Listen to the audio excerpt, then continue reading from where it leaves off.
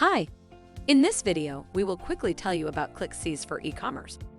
The cost of click fraud for e-commerce businesses sits pretty much on the average rate. Retail sees a rate of fraud around 13.4%. Travel sees a higher rate of around 26.48%, and software is a little lower at 9%. E-commerce sectors affected by click fraud. Retail and general merchandise searches account for some of the biggest search volumes online, with brand searches such as eBay, 100.1 million per day, Walmart, 64.8 million per day, and Home Depot, 42.6 million per day, the most popular.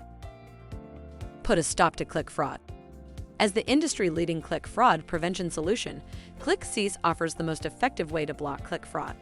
From organized bots clicking for criminals' profit to sneaky competitors trying to run down your ad spend. What is the best strategy for an e-commerce business? Protect your e-commerce business from fraud. We recommend that you set a conservative blocking strategy to protect your e-commerce business. Our default blocking rules for e-commerce is super conservative and will allow a user to click 3 times in 10 minutes, 7 times in 7 days, and 10 times in 30 days.